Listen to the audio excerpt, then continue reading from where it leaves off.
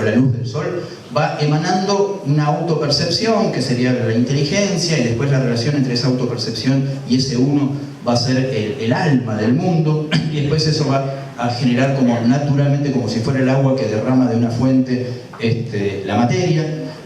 Y con esta mirada, digamos, del todo que va teniendo el platonismo de Plotino, el neoplatonismo de Plotino,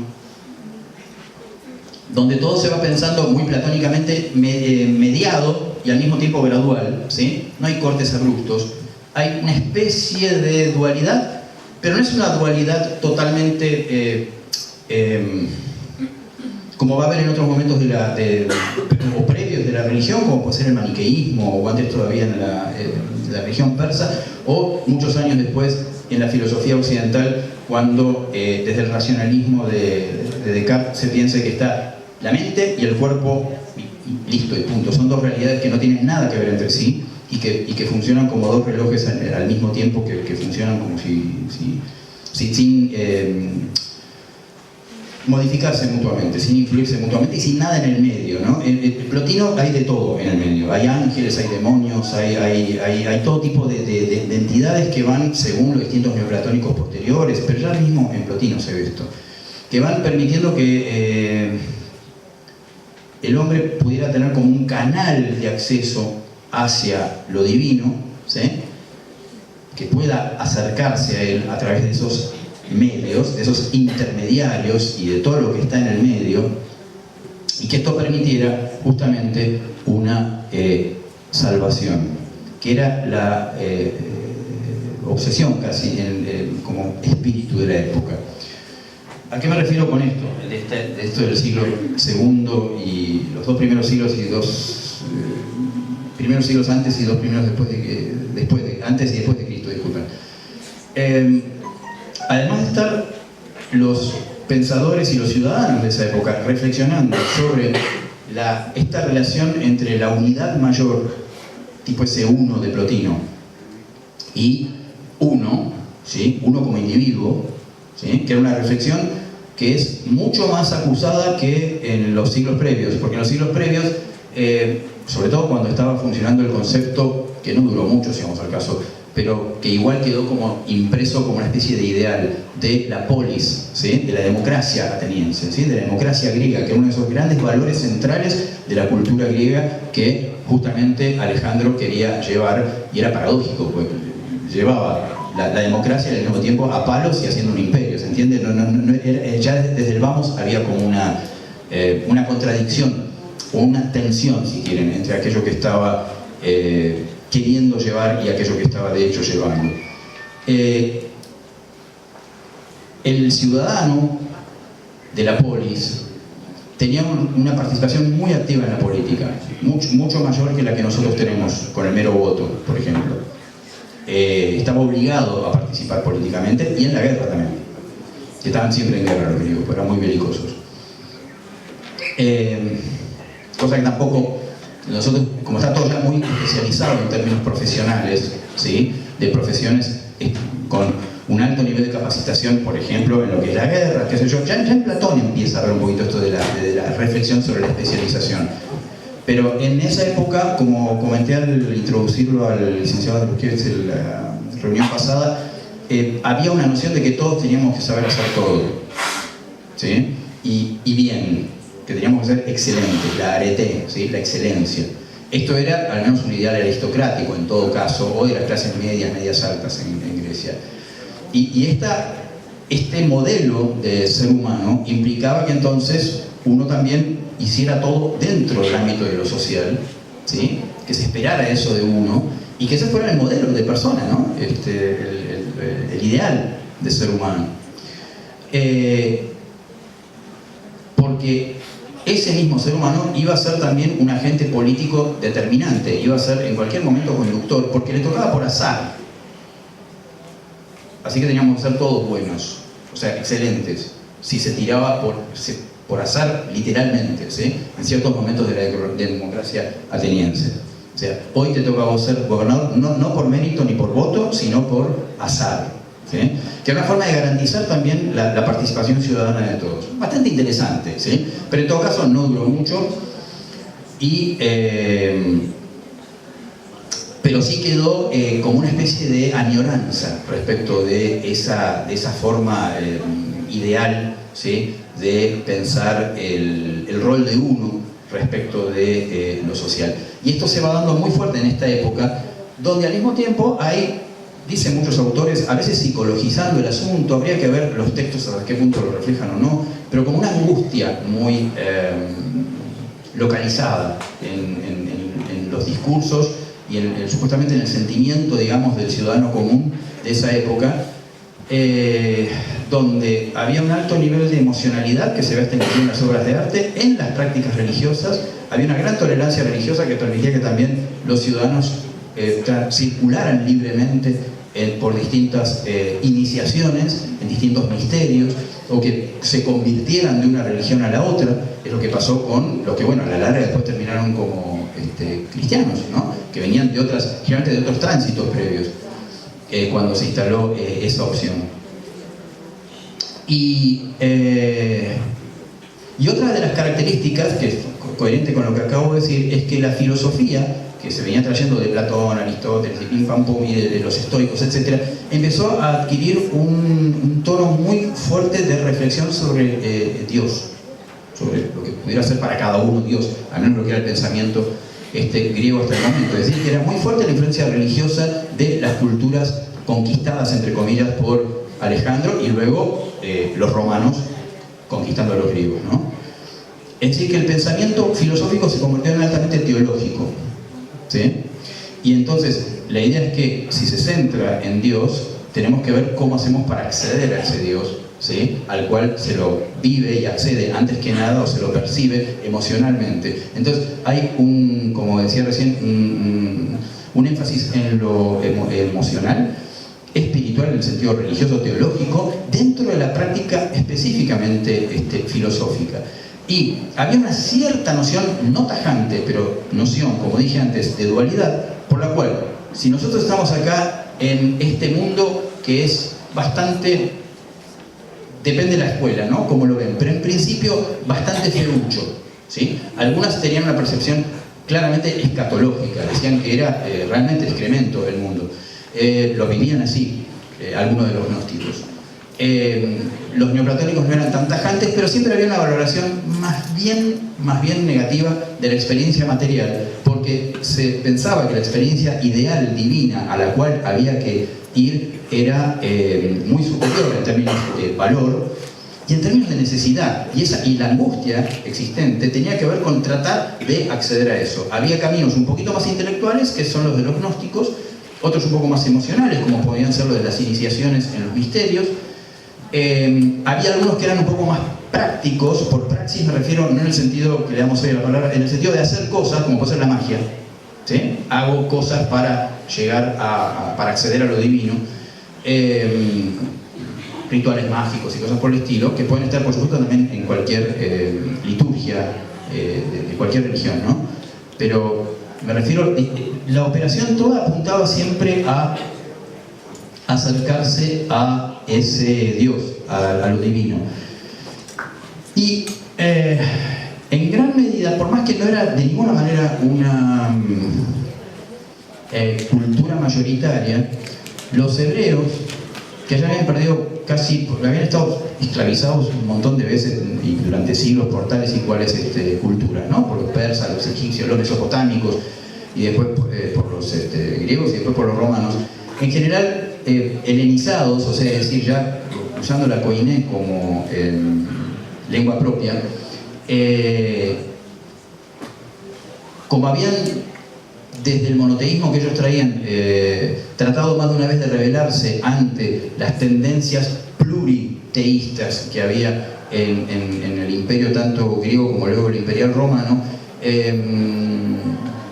sufrieron algunas derrotas que llevaron a una postura bastante pesimista, por la cual se proyectó en un futuro, en la venida de un Mesías, empezaron los discursos mesiánicos, salvíficos, muy fuertes, que de alguna manera también estaban en casi todas estas distintas líneas religiosas, que estaban esperando a que viniera, a que ese Dios que está ahí relativamente accesible, pero no fácilmente accesible, que venga a sacarme, digamos, de esta situación de encarcelamiento en la materia y en un mundo cambiante y difícil, etcétera, donde yo no soy dueño del poder. El dueño del poder es el emperador, ¿sí? Esto era nuevo, al menos para este mundo greco-romano. Y empieza a darse también una cierta tensión, al menos en lo que al judaísmo refiere, por lo que acabo de referir, entre lo que son la noción monoteísta, que después va a ser central al cristianismo, y más adelante al islamismo, que tiene ciertos antecedentes en el siglo XIV a.C., en otras culturas, no específicamente hebreas, sino donde parece ser que lo tomó el judaísmo a esta noción del monoteísmo, ¿sí? Específicamente cuando en el siglo XIV Akenatón decide unificar todos los dioses, los destierra, los elimina de un plumazo y dice que hay un único principio único que aparece reflejado de alguna manera por el sol, ¿sí? Es el primer monoteísmo del cual tenemos noticias muy puntuales, específicas. Y decía que estas religiones tenían una característica de que como no eran... Hay algo opuesto al monoteísmo que son las así llamadas religiones naturales. Las religiones naturales, las así llamadas naturales de esas épocas, eran religiones que no tenían libros puntuales, libros sagrados, sino prácticas que se iban repitiendo y que eran tradicionales y durante siglos se seguían haciendo las mismas cosas. Muchas de estas prácticas tenían que ver con estaciones del año, ciertos ritos primaverales, ritos de invierno, la resurrección de la vida al volver la primavera. Y esto implicaba también una cierta consonancia de estos contenidos con cuestiones astronómicas, ¿sí? Porque la primavera y todas estas cosas tienen que ver con movimientos de la Tierra y con relaciones con otros astros, empezando por el Sol y la Luna. Y generalmente, como no había una palabra tan fuerte, tenía más que ver con imágenes, ¿sí? Con mitos, por supuesto, expresando estas imágenes. Y para contraponerse a esto, los monoteísmos, ya el primero, el de Akenatón, el emperador fue el padre de Tutankamón y lo mataron, por supuesto, y hizo una revolución religiosa para instaurar un monoteísmo, el primer monoteísmo conocido, que lo hizo, dicen, para sacarle poder a los sacerdotes. Si fue así, a los 2 minutos lo mataron, ¿no? Pero fue el primer monoteísmo del cual tenemos noción, que puede haber coincidido aparentemente con el cautiverio de los judíos por el lado de Moisés, o sea, donde pudo haber tomado también esta cosa de no tendrás otro Dios, etcétera, etcétera. Y decía que en general son movimientos bastante como no naturales, ¿sí? Por más que hoy nos pueda parecer natural el monoteísmo, pero en los momentos en que irrumpieron de un modo violento, porque había cosas y de pronto uno que trata de alguna manera de imponerse sobre todas esas otras cosas, ¿sí? Ese uno obviamente va a hacer un movimiento como va a tener una cierta tensión respecto de esa imposición. Y ay, se me fue la cabeza. Bueno, ya va, aquí iba, al sol, digo. Y un poco como pasa, era esta la idea, un poco como pasa con el sol, que tenemos las estrellas y de pronto llega el día y no se ven más y se ve solo el sol, ¿no? Por eso el sol fue una figura constantemente elegida por los distintos monoteísmos, inclusive el cristiano, que muchas veces en el cristianismo medieval y antiguo había todo un tema del logos solar y del Cristo solar y siguiendo una serie de mitos que estaban dándose en el momento. Mitos como por ejemplo el de Mitra, ¿sí? En la época en que está surgiendo el cristianismo, había una religión que le estaba haciendo como la competencia, por llamarlo de alguna manera, que era fuertemente solar. Había un toro muy importante en esa religión, venía de los persas. Acuérdense, los persas fueron la contracara, en la película 300, ¿no? la contracara, digamos, constante con la cual dialogaban los griegos en su forma de plantarse respecto de ese otro. Ese otro era el mundo persa, porque era un mundo imperial, inmenso, grande, no griego, y que lo tenían al lado siempre como una especie de amenaza, porque eran unas buenas guerras. Y el culto de Mitra, que era un culto que habían incorporado los soldados romanos del imperio, estamos hablando del siglo I, ¿no? Antes de Cristo, el posterior más o menos, tenía toda una serie de contenidos absolutamente astrológicos y astronómicos bastante determinados,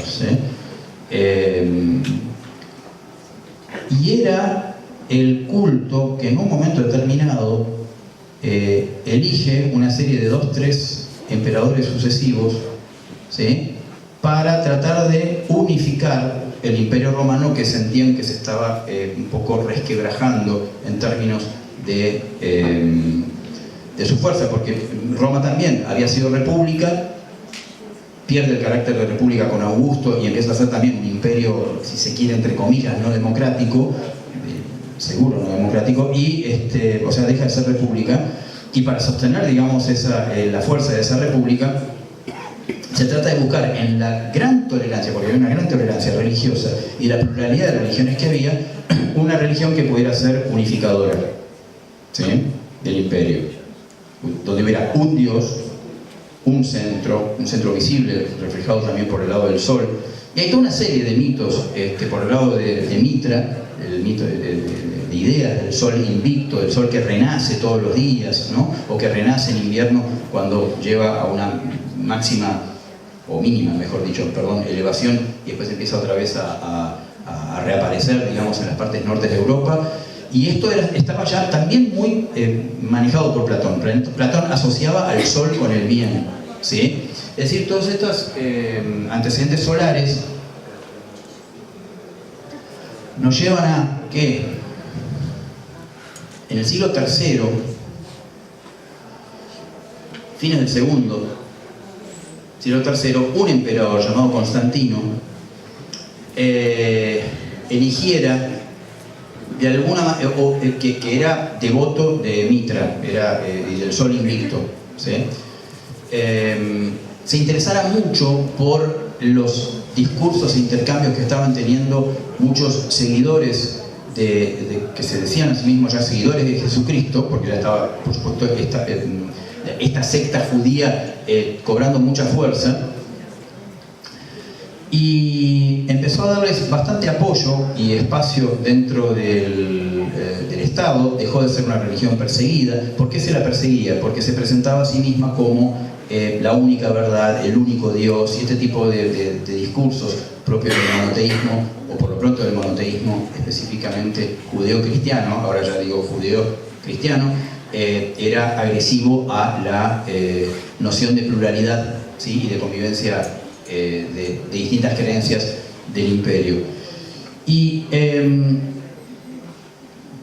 ¿de dónde venía esto? El cristianismo nos parece normal hoy pensarlo como con una base en la figura de un Cristo histórico, que sus seguidores se fueron armando y fueron armando a lo largo del tiempo un dogma determinado, cada vez más elaborado y cada vez más armado, que es el que llega hasta la fecha, por lo menos en el caso del ejemplo vaticano. Y esperen que creo que no sé si uy, qué mal. Y ¿cómo se arma esto? ¿De dónde se arma? Para empezar, no, todavía hoy sigue habiendo discusiones o debates sobre la identidad histórica, o sea, si nació o no un sujeto llamado Jesús y que le pasaron más o menos las cosas que dicen que le pasaron. Lo que sí es claro que lo que hoy conocemos como cristianismo se empezó a armar con un apóstol, que tampoco es la palabra más exacta porque solemos asociarlo con los que estaban con Jesús, justamente 12 apóstoles. Fíjense, también hay otro elemento de Mitra, ¿no? En el mitraísmo hay una presencia muy fuerte del 12 por la cuestión astrológica zodiacal, que es San Pablo de Tarso, Saúl, ¿sí?, que era un tipo judío, pero al mismo tiempo ciudadano romano y con una fuerte cabeza filosófica griega, que se dio cuenta de que había que sacar, digamos, lo que ya había en los seguidores de este Jesús al cual él alude, la noción de cosas cerradas, judaica, y pensarlo como algo abierto a todo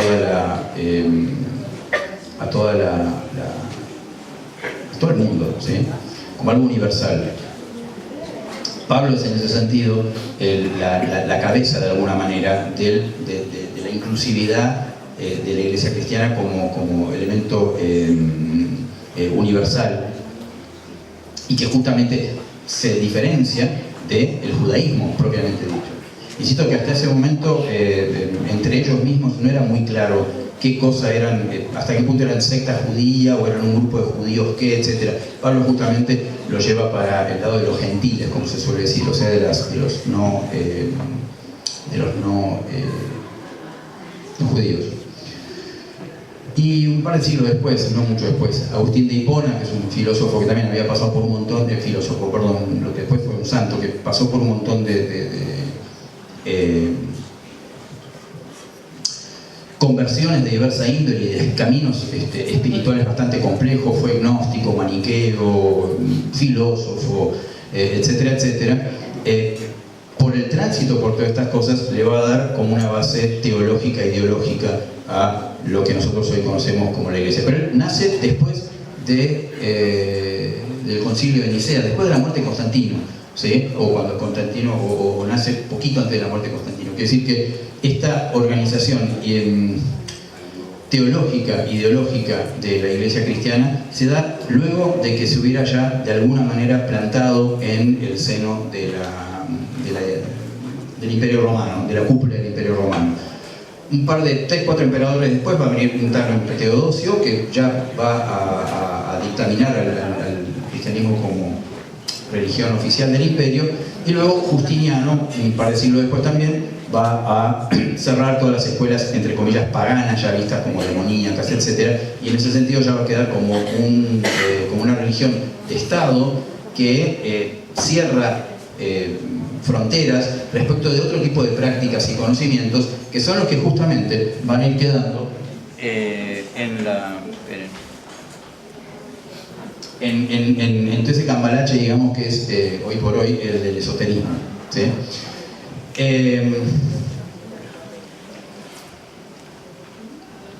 De momento, no daba el contexto de hoy dentro de esta narrativa que hice para ir a los elementos puntuales y enumerar extensamente, porque es algo que se va de los tiempos que disponemos, enumerar extensamente las cosas que, por ejemplo, en su origen tenían o tienen en común los vestigios que nos quedan del esoterismo de esa época y el paleocristianismo, el antiguo cristianismo, y qué es lo que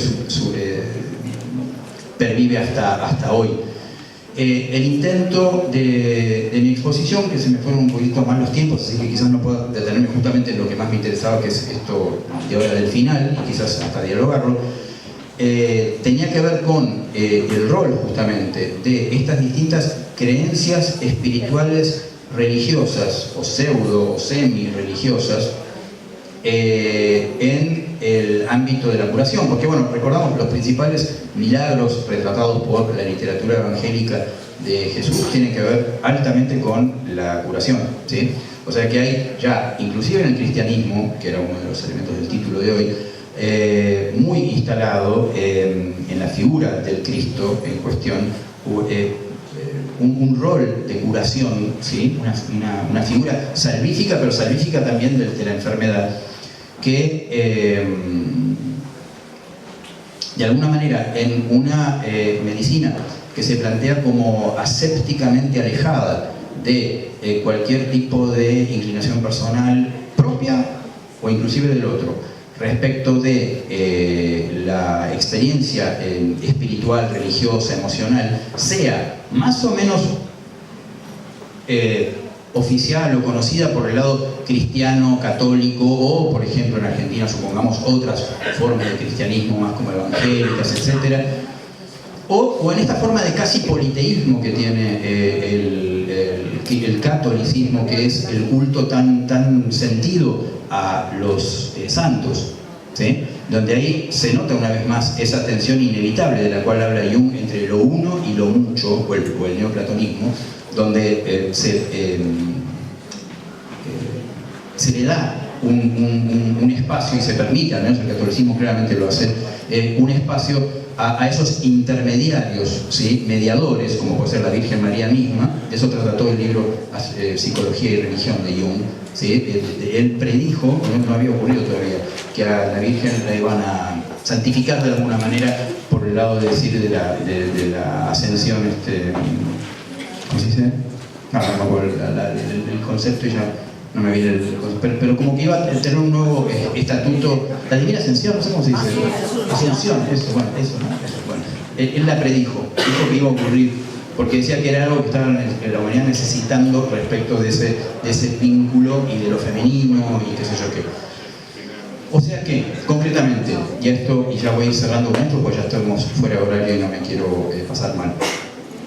Pero quería decir que todas las prácticas que tienen un contenido emocional, espiritual, religioso, mágico, es decir, no racional o científico desde el punto de vista convencional de la palabra,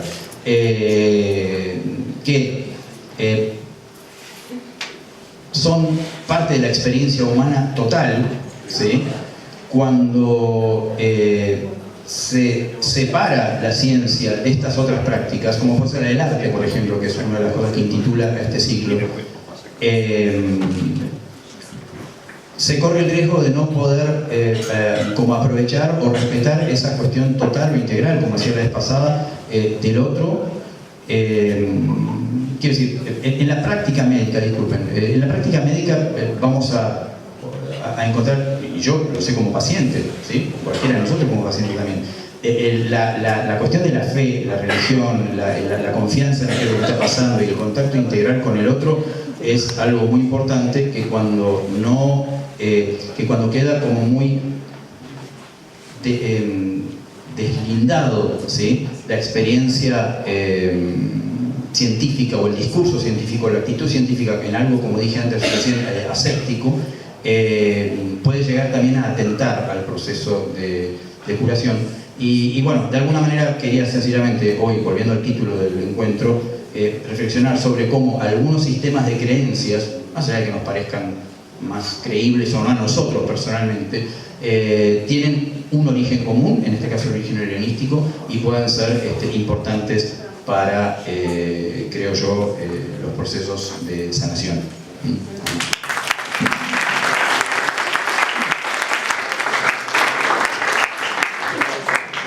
Yo sé que los alumnos han pasado las horas, pero ¿alguien quiere hacer alguna pregunta del público que nos visita hoy? ¿Agregar algo? Yo decía, en Pitágoras hay una fuerte corriente filosófica también. Sí. Es media mística, o sea, es filosófica, pero nunca...